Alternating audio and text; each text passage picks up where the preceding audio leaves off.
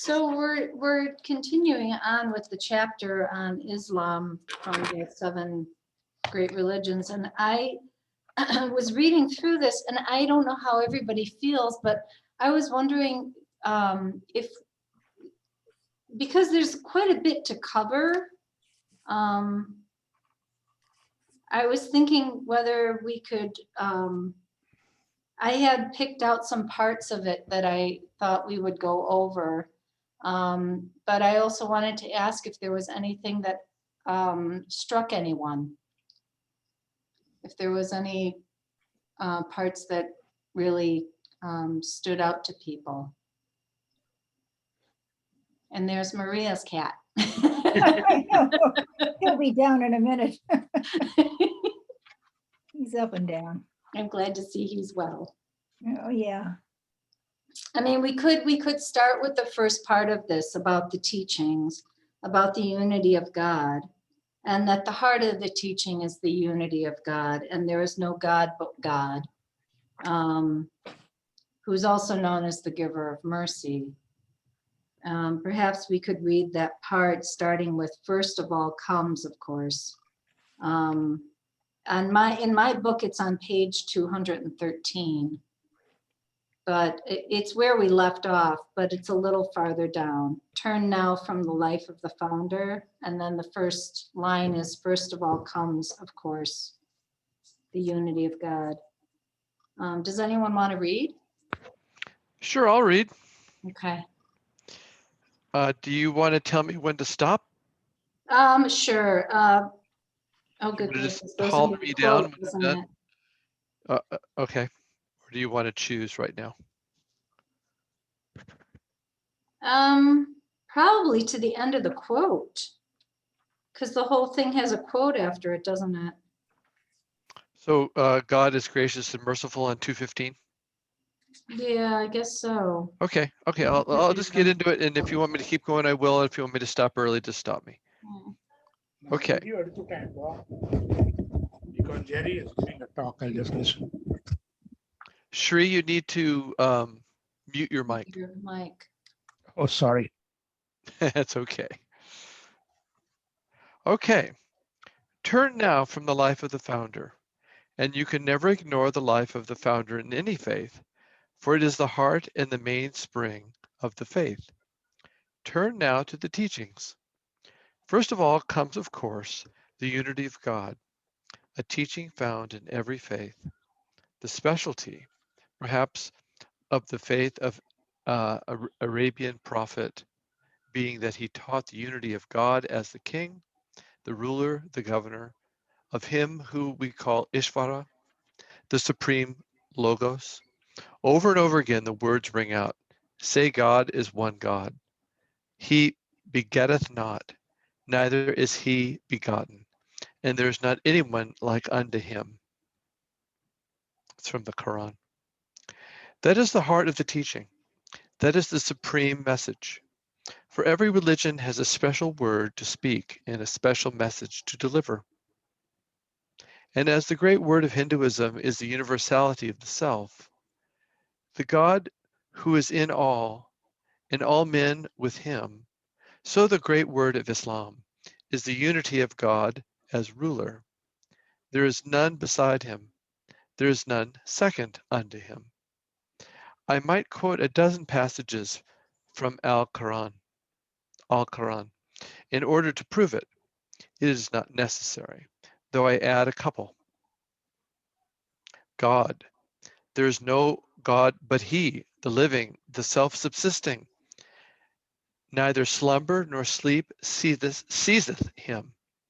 To him belongeth whatsoever is in heaven and on earth.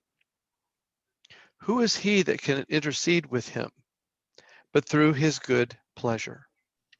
He knoweth that which is past, and that which is to come unto them. And they shall not comprehend anything of his knowledge, but so far as he pleaseth.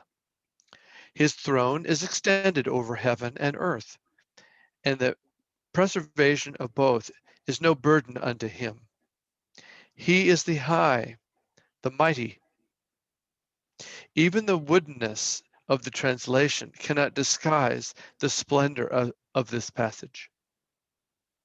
God hath borne witness that there is no God but He, and the angels, those who are endowed with wisdom, profess the same. Who executeth righteousness? There is no God but He, the mighty, the wise. Then comes next in order the belief in God's prophets, not in one prophet only, but in all the prophets.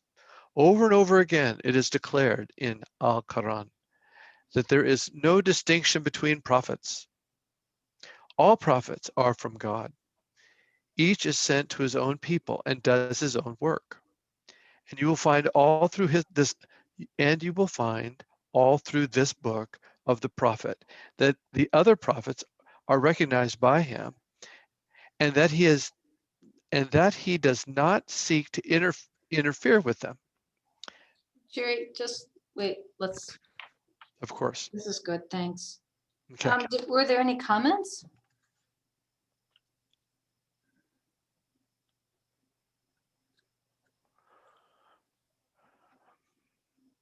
I like this, this sentence. His throne is extended over heaven and earth, and the preservation of both is no burden unto him. It reminds me of the familiar passage from the Gita, where Krishna says, I pervade the universe with a fragment of myself, and yet I remain. First lesson, sign up for your free lifetime account at Arabic. Want to speak real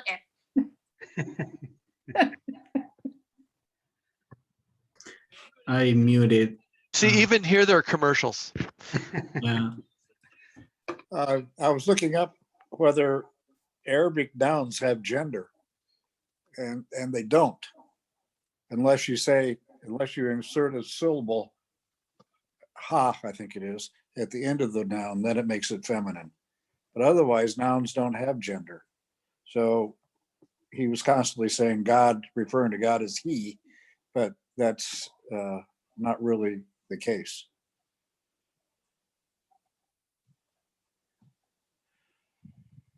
Yeah, I had a comment on it, well, page 210 in the blue and yellow book, on the first paragraph where it says that is the heart of the teaching, and that is the supreme message. Every religion has a special word to speak and a special message to deliver. And that kind of infers that it's applicable to a certain time period where that message is needed to promote evolution. So that kind of suggests that somehow does a religion have to be continually updated for the next message that needs to be delivered during the next prophet? Or how does, one specific, information being delivered at a certain time with a certain message keep its continuity over time and continue to evolve? I guess that's kind of what it suggests to me, which is maybe why we have a continuation of prophets, that the underpinnings are continually being updated. But I don't know if anybody has any thoughts on that.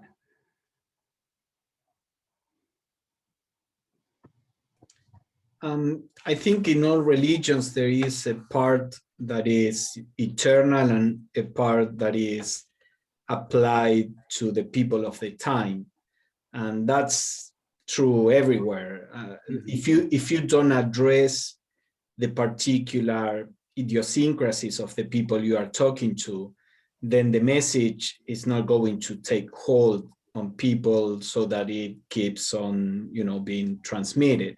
So you have to talk to the idiosyncrasy of people there, and along with that, give the eternal principles.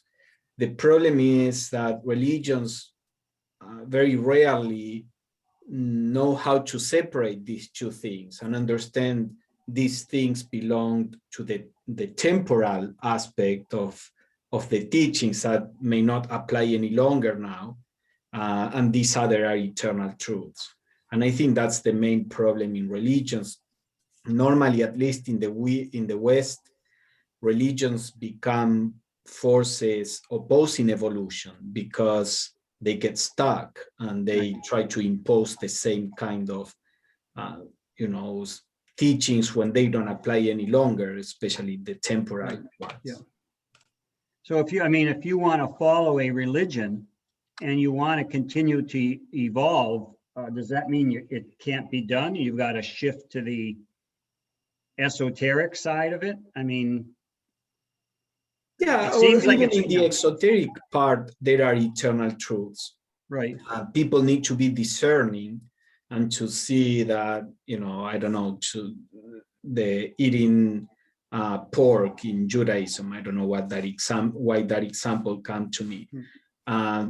Many scholars say there was a problem with the trichinosis, you say in English. Yeah. So that was a stipulation because it was a problem then, but now it wouldn't apply necessarily. And on the other hand, the kosher way of preparing things when you get rid of the blood, that may have an esoteric principle behind, because the blood is the vehicle of karma, of the karmic principle. So, people or those who are leaders need to discern what things are just temporal and what other things may have a deeper meaning. I mean, it almost suggests that the religions are going to wax and then wane. So they're going to follow that cycle. And it's almost, I don't want to use the word failure, but its applicability is going to wane as time goes on. And I guess maybe some other religion comes forward and it has its peaking period. And it's constantly, there's a continuation throughout time like that. And that's where we get the idea of the perennial philosophy or the Gupta Vidya. There's the religions are like a body that has a lifetime. Mm-hmm. And by definition, anything that comes into manifestation is subject to cycles. And that means birth, growth, old age, and death, and rebirth. So civilizations experience that. The Egyptian civilization is not what it is. The Persian Empire has changed. I mean, so religions being an element of culture is subject to the same, you'd say, cyclic laws. Right. But we don't seem to let go of them. We want them to continue. Oh, yes, we do. Oh, yes, we do. Where are all those pagan religions that predated Christianity? Yeah, no, you're right. Yeah, okay, makes sense. I mean, what's become of the North American Indian religious traditions? They're hard to be found.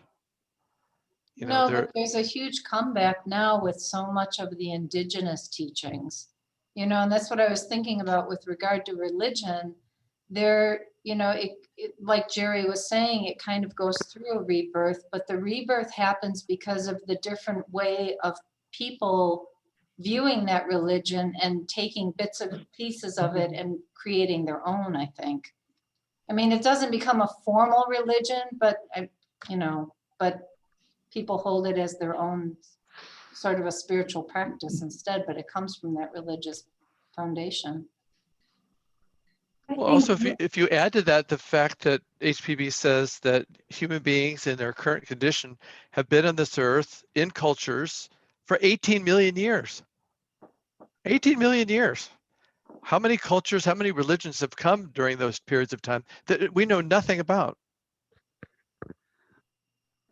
Maria, you were going to say something. Only that I think another thing to consider is the source of the prophet's inspiration. I mean, we have a hierarchy of adepts and others, high planetary spirits, all of whom their consciousness pervades the planet's perhaps Buddhic and higher mental fields.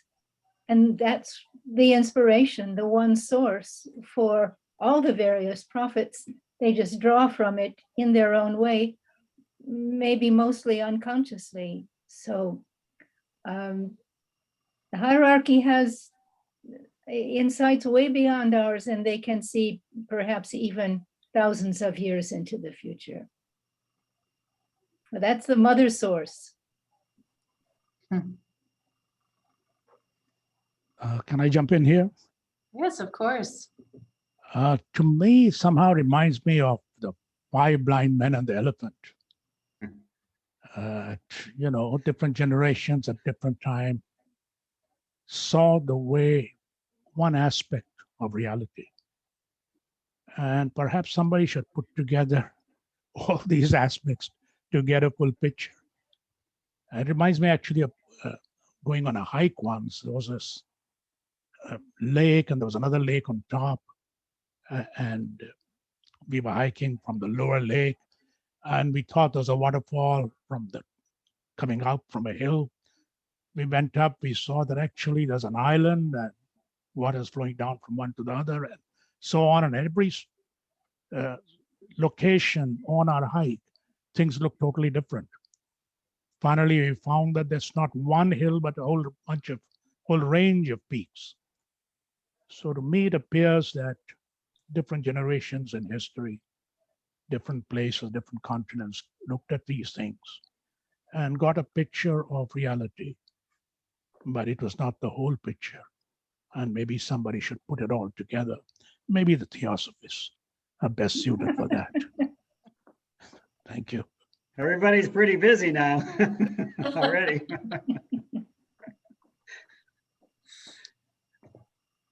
Thank you. Should we go on? Are there any other comments? Yes. Even though you have the whole picture, you don't necessarily understand the life of an elephant.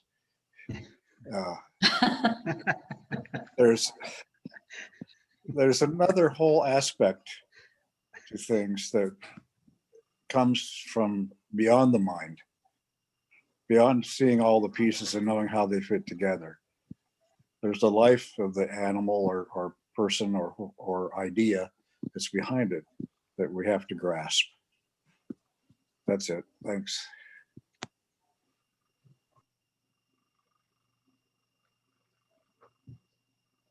Anyone else? Okay. So the book goes on to talk about how within the Islamic tradition, all prophets and all prophets apostles are recognized by the religion. But I noticed that it's basically through the Judeo-Christian religions that it seems to be connected with. Did anyone have any comments about that? That was the prevailing religion during the time of Muhammad in that area. Mm-hmm. So that's what they were familiar with, I guess. Yeah. Yeah, but in general, Judaism, Christianity, and Islam are taken as being part of the same tradition. So yeah, that's normally how they are looked at. And we can say that Christianity also recognizes other prophets in the sense that Moses and all the prophets from the Hebrew tradition are recognized. And then they say that Jesus is special, not just a prophet, but the Son of God. And then Islam recognizes all the prophets, and they think of Jesus as a prophet, not as the Son of God. And then they think of Muhammad as the last and final prophet, the most important of them. So there is a recognition of the previous, but there is an accent on what belongs to their tradition, which I guess is natural you know, for religions to do that.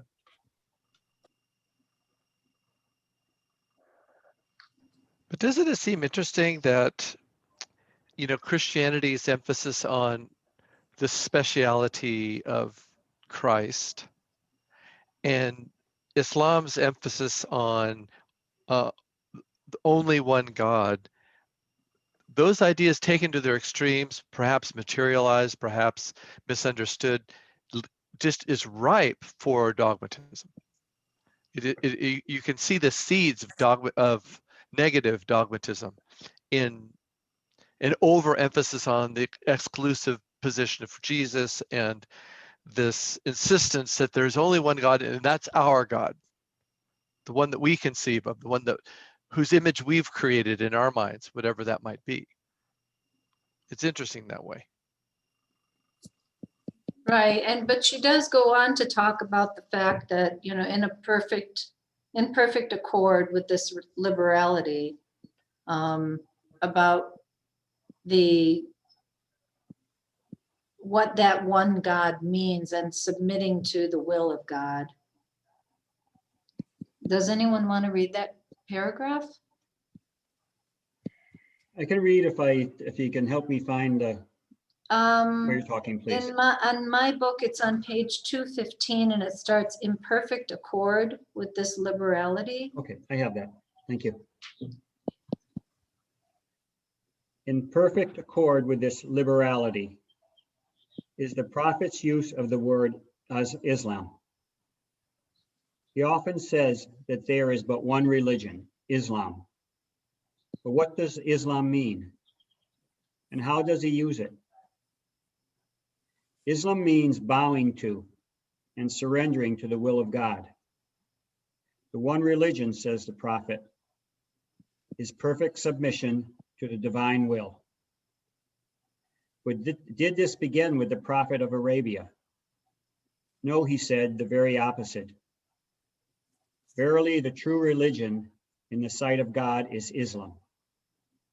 And they who had received the scriptures dissented not therefrom until after the knowledge of God's unity had come unto them out of envy among themselves.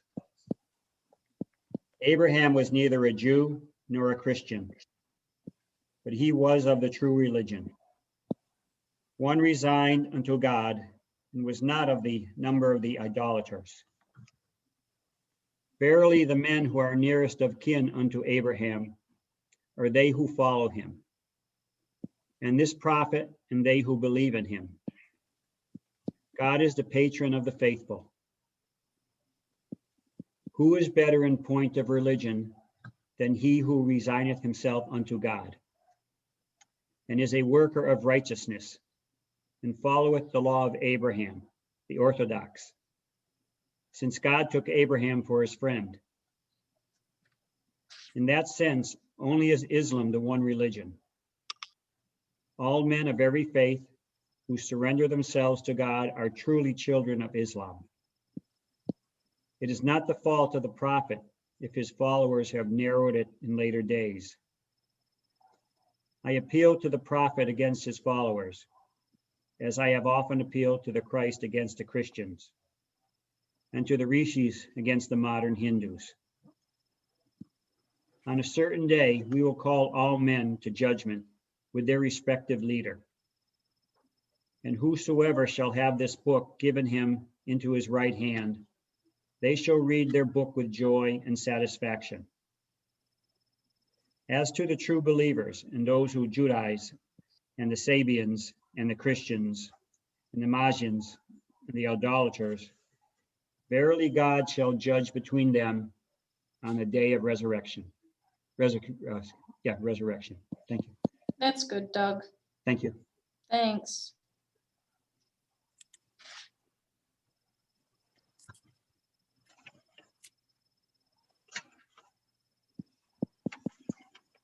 Are there any comments? What do they consider as infidels?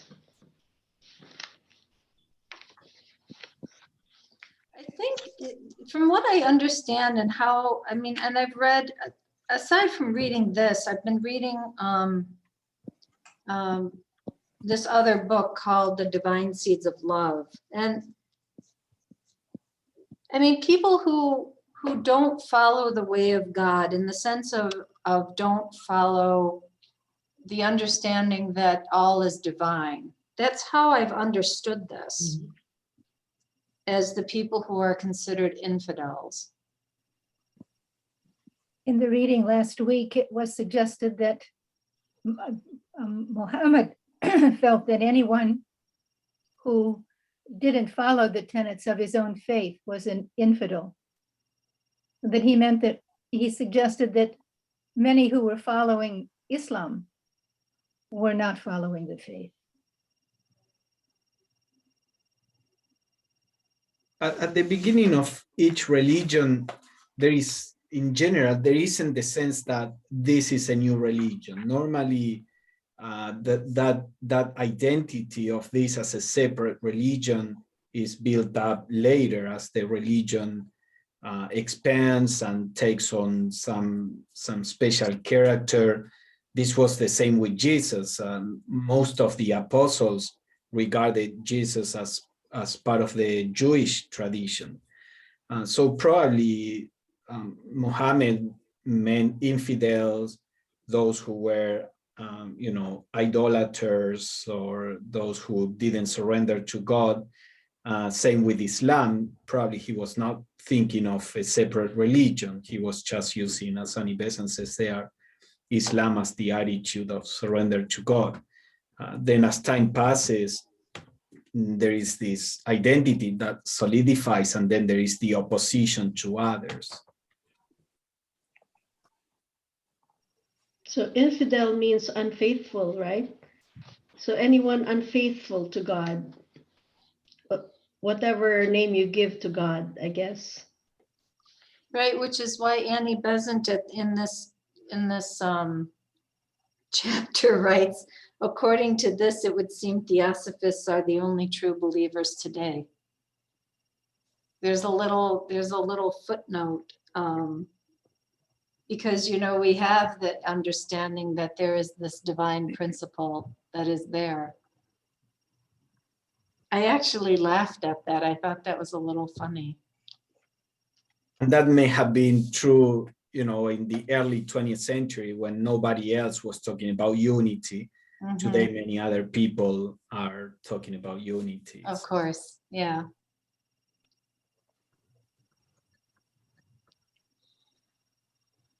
Are there any other comments?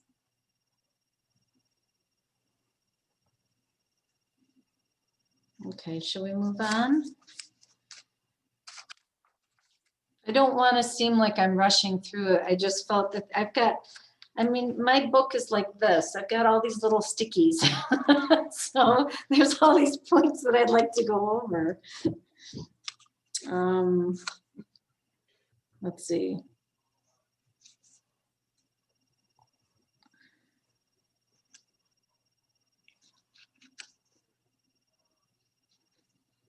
Was there anything that jumped out at anybody that they'd like to talk about in the next few pages?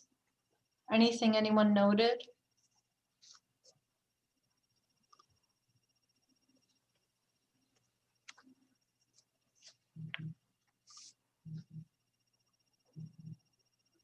Well, this idea at the heart of the religion of surrender is kind of worthy of exploring, don't you think?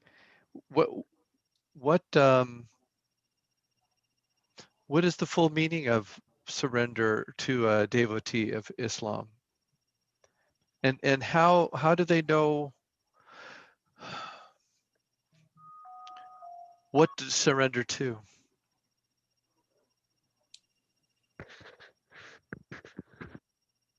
I noted that because I've always found that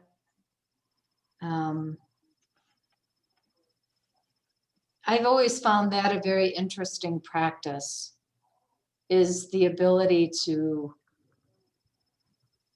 really have complete faith. For me, the complete faith in the divine and how every moment is connected, and every moment is sort of like a thread with little tiny pearls on it. And to have complete faith that those strings, eventually I will understand the whole meaning behind that string of pearls. So the surrendering always for me is that the ability to let go. Sorry, Elena. Well, I was thinking that it's a dangerous word, this concept of surrender, because although there's something really beautiful about it, it is the reason for the problems we have today with the religion being fanaticized. And so whatever the priests would say, that becomes the will of Allah, and is just followed fanatically to the point that they would surrender their lives for whatever the priest would tell them they had to do. So I think that that idea of complete surrender without question takes away reason and is subject to abuse, I think.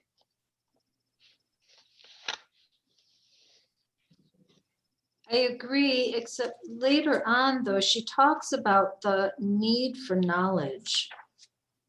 That one of the, trying to find it, okay. It's farther in the chapter about the exoteric side of the religion, about acquiring knowledge. So there is a stress that, it's not this type of surrender where it's without question. I think the beauty of the Islamic tradition or the Islamic faith is the fact that there is this understanding that there's no God, but everything is God. Everything is God, but it's not, but even our thinking is God. Our ability to discern is God. So there's a need to have knowledge as well. I think that the concept of surrender is it's at different levels. I mean, here we have a whole section here on duties, which suggests submission in all elements of our lives. Submission to God and submission to caring for each other. So, and in Christianity, we've got the 10 Commandments, we have the Sermon on the Mount, we have the Eightfold Path in Buddhism. All that is a beginning of getting your personality out of the center of your life and putting there instead an identity with something different, a kind of relationship with what's above and all around us. So it seems to me that's where we begin to get a taste of our lives circling around something greater. To me, that's what submission or sacrifice means in its earliest stages. I totally agree with Elena that it can be a blind following of something that's blatantly evil. But for the masses, and I'm one of them, some guidance is necessary. And even then, it's a fine line because nothing is black and white, even a commandment.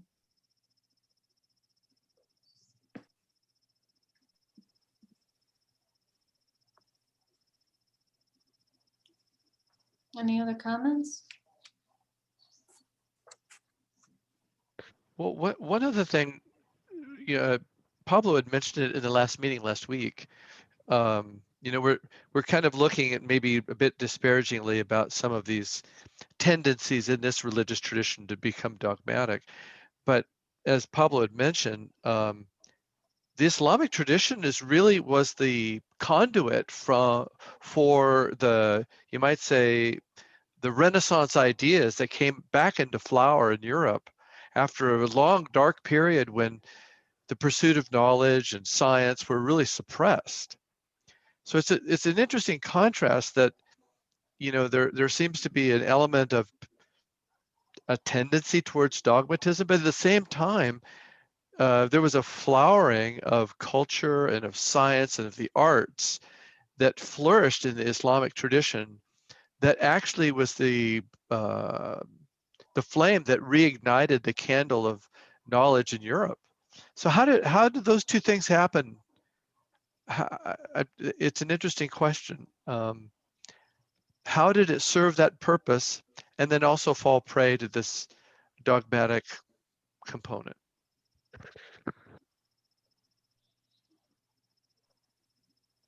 Yeah, I think that's why when we judge Islam right now, for example, we should separate what the religion intends to be and the cultural baggage that has been developed at the moment, because there was a time where Christianity was persecuting anybody that thought and were burning them. And are we going to blame that on the Christian teachings? It was more of a cultural thing. So I think the same is happening with Islam. Many of the things that we see are degenerations, are not something that the religion per se necessarily is producing. You know, in the Old Testament, you have parts where it says, I don't know, if a person doesn't respect his or her parents, it should be stoned to death. And you know,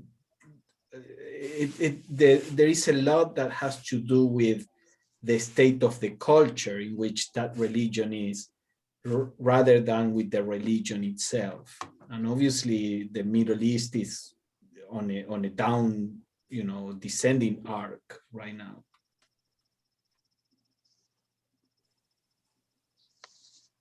It's just like what's in the God letter, in the Mahatma letters, right? It is the priests who corrupt the religion. Yay. Jim, It's all your fault, Jim. it's your I fault. know. I'm sorry, Jim, I forgot you're a priest. So did I.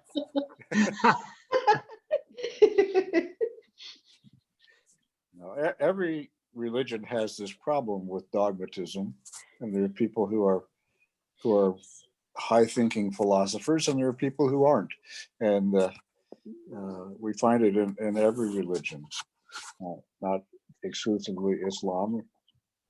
Christianity has that problem, certainly. I'm sure there are Jewish people who are dogmatic, and other religions as well. So Islam doesn't have exclusive ownership of dogmatism.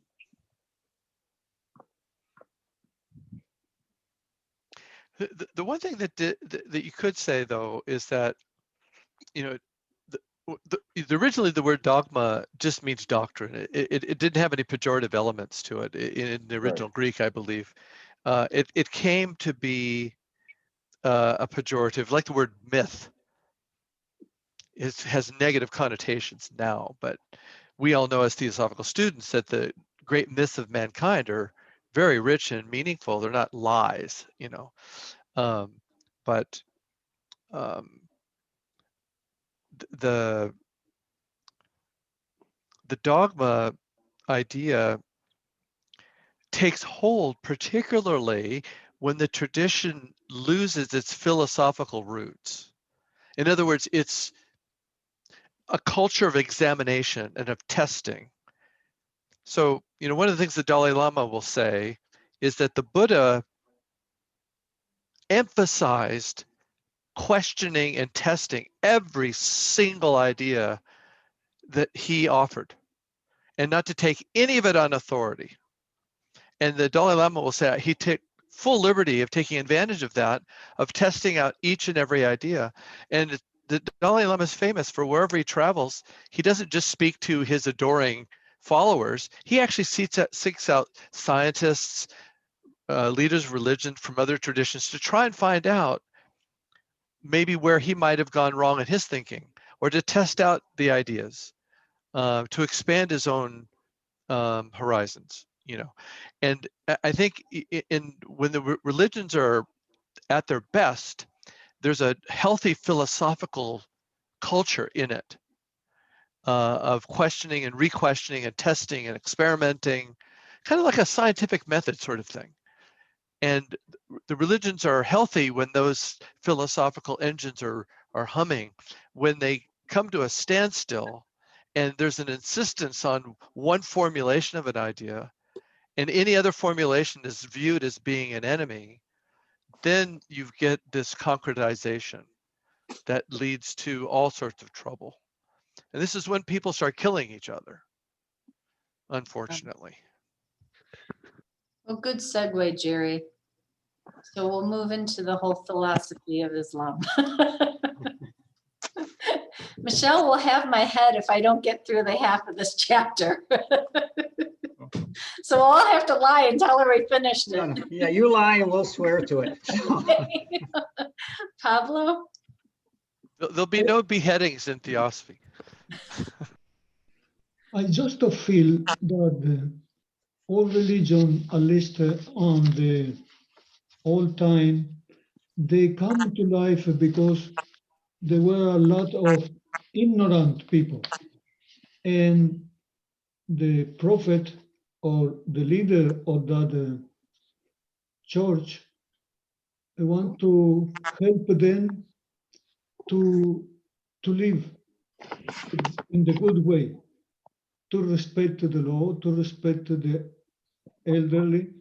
And I think the Quran is like a manual of living, instruction on how to be good people. And that what I think is interesting more on the other, like the gospel, is a direct instruction how, for example, to respect women and things like that. Thank you. No, I agree with you. And, you know, I downloaded a copy of the Quran, and it was very interesting because one of the things that they talk about is that you can't read the way that this person, the particular editor, put the Quran together. It wasn't written sort of chronologically. So the person who did the translation, they put it in a certain order. And you're right. I mean, that's actually what it is. There are teachings in it about the law, you know, and then there's teachings in it about your duty and how you should be treating people. And actually the way that, I mean, like Mrs. Besant says, you know, there's this whole thing about women, how you should treat your wives. And I do stand corrected. Khadija was his only wife for 25 years. And then after that, he married multiple women at the same time, but mostly women who were divorced and old. And one of the things that I had read up about was the fact that the multi-marriages of polygamy were to be able to keep peace amongst different tribes. So it was more of a a peacekeeping method instead of a romantic thing of having your 7 virgins in heaven and so forth. Well, in Europe, marriages were, especially in the high, you know, people were done for the same reason, to bring kingdoms together and to keep the peace and things like that. That wasn't uncommon. And also we can see that this is not something that Muhammad instituted as part of the religion. This is how the people lived there.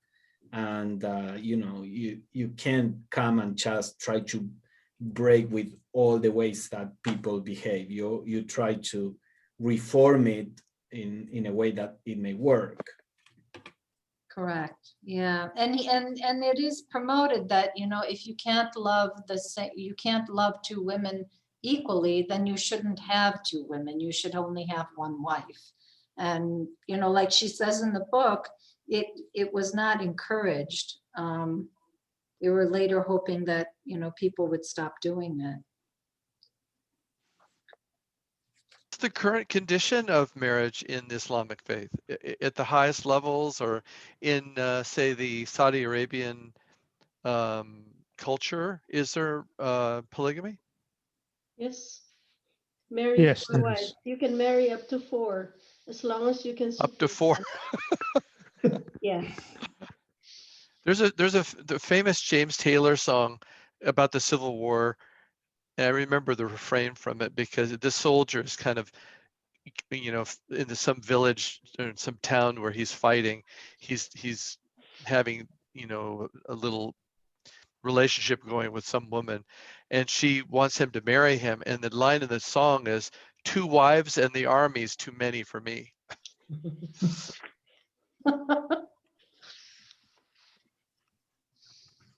Okay. So would anyone like to read, I suppose, it's 10 minutes to 8. Can we read something about Sufism? That's what I was hoping you'd say, because I was hoping we could jump to that, because I was trying to get there. Yeah, and I was surprised when I read this afternoon. I found the quote that I use in my class today. Yes, yes, exactly. And I was wondering if you had already read this and then put it in your presentation. No, I was surprised to find it here today. But it's very theosophical, the Sufi philosophy. So do you, what part of it stuck out to you, Elena, that you'd like to? Just before where all the poetry is, they teach that all is from God. They teach that there is naught save God, and that the universe is but a mirror of Him. They teach that there is one perfect beauty, and that all that is beautiful is only a ray from Him. They teach there is only one love, the love of God, and all other loves are true only if they come from that. They teach that He alone is true being, and that all else is non-being, and that man who is himself can by illumination rise from non-being to being and return whence he came. And then some of the poetry.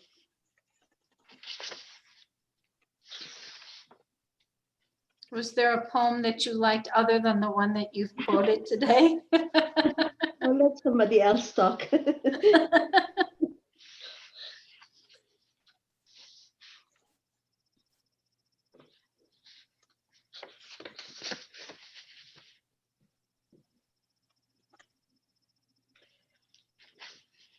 Well, in Sufism,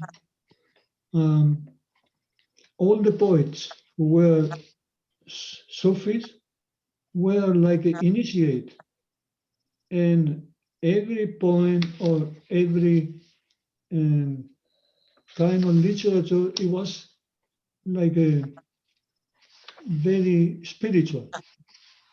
You see, all the poems of Rumi are all related to the beloved, like Krishnamurti sometimes in the diary mention the beloved.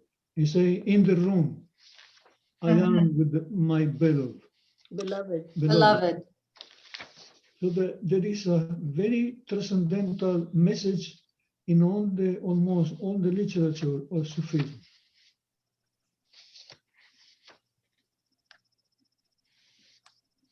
I have a question here on Sufism, Mm. if I might jump in. When did Sufi ideas begin? Do you think it has something to do with Islam coming into India and coming in touch with the the bhakti movements in India is at the same period, like around 1000 AD and after, when, the first Muslim invasions were there and Persians came into India and came across these mystical singers and poets of the Hindu tradition, and were they influenced or converted? Would you know when it started?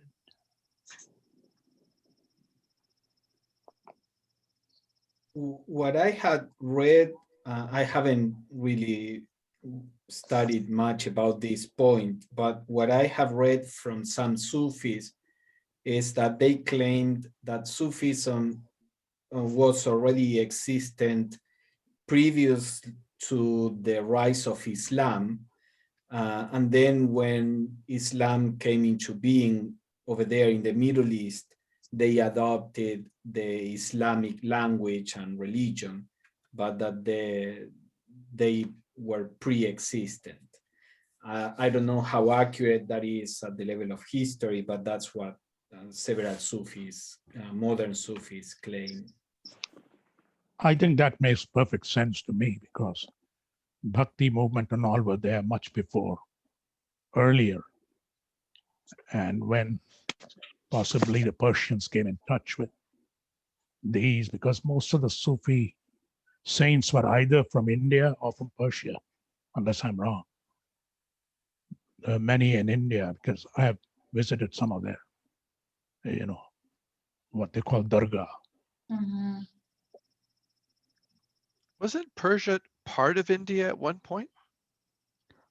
Well, there was a lot of interaction between the two civilizations, right from ancient times, from the time of the Aryans. The Hindu, not Hindu, the Indian subcontinent stretched all into modern day Iran and Iraq, and all throughout Bangladesh, and probably portions of Tibet and Nepal. I mean, it was massive, right?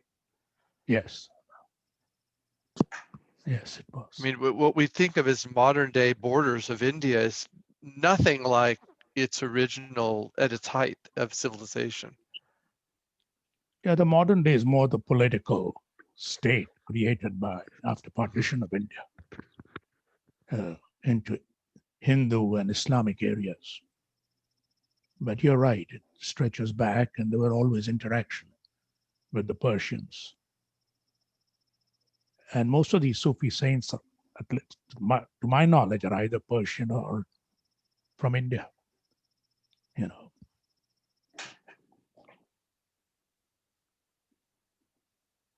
I guess that's why I was asking about the whole thing about the Judeo and Christian prophets and them recognizing that.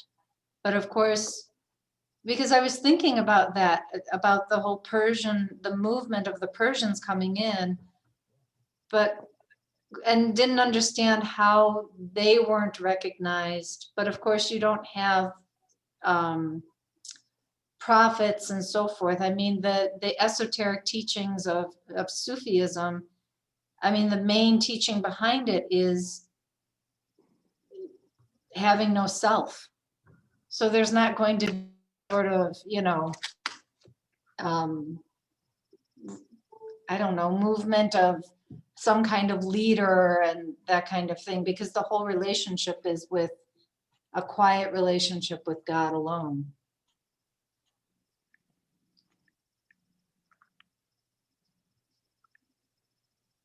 I think it's where submission becomes more devotion. It transforms into love.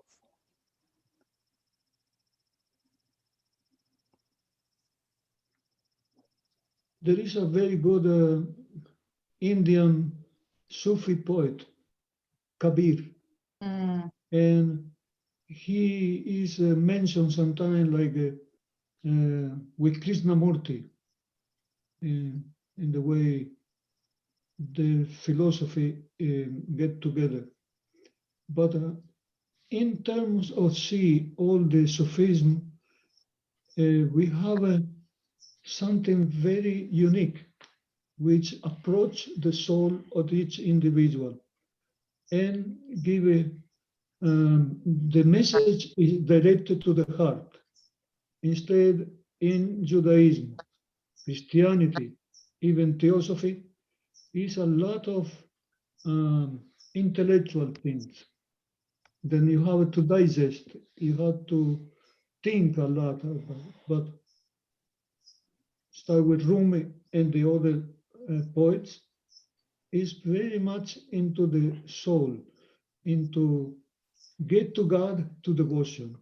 And the Bhagavad Gita is one of the chapter, one of the yoga is devotion, bhakti yoga. So it's very interesting how we end up with when in Islam, now we are in Sufism. And it's very nice.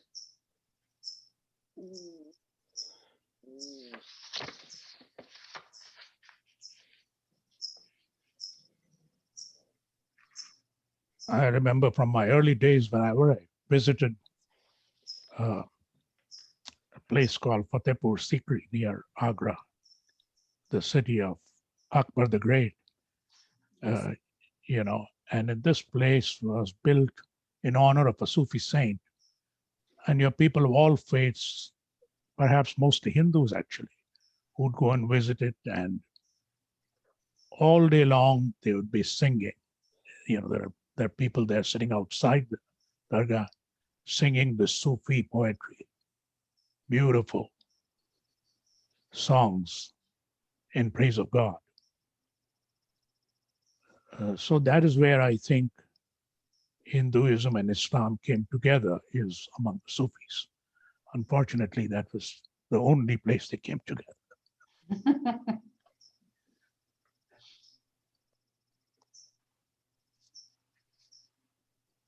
There was a movie that was made by Peter Brooks, who was the famous director and playwright, English playwright. He actually put on a 9-hour Ramayana with an international cast and toured the world with it, as in addition to all the other things he did in England. But he produced a movie called Meetings with Remarkable Men. Has anyone seen it? Mm-hmm. Meetings with Remarkable Men, and Yeah, it had to do with this Russian Gurdjieff figure, this mystic, who traveled throughout the Middle East and encountered these. I mean, they were portrayed as Sufis, and after, well, I don't mean to tell the whole story, but the point is that an individual who was seeking these sages finally has a chance to kind of encounter them after, you know, a whole lifetime of looking for them.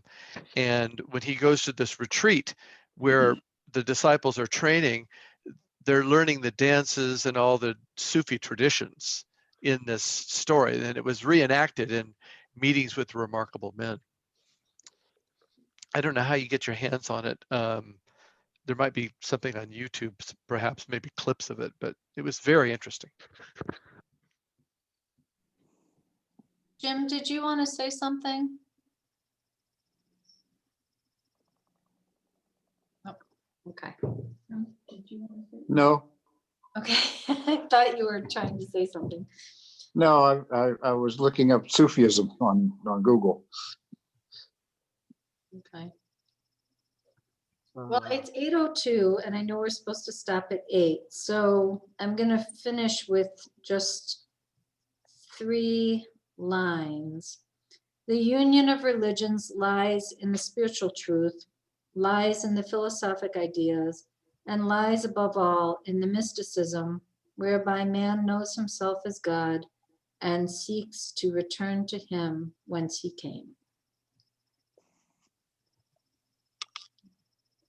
I think that sums it all up.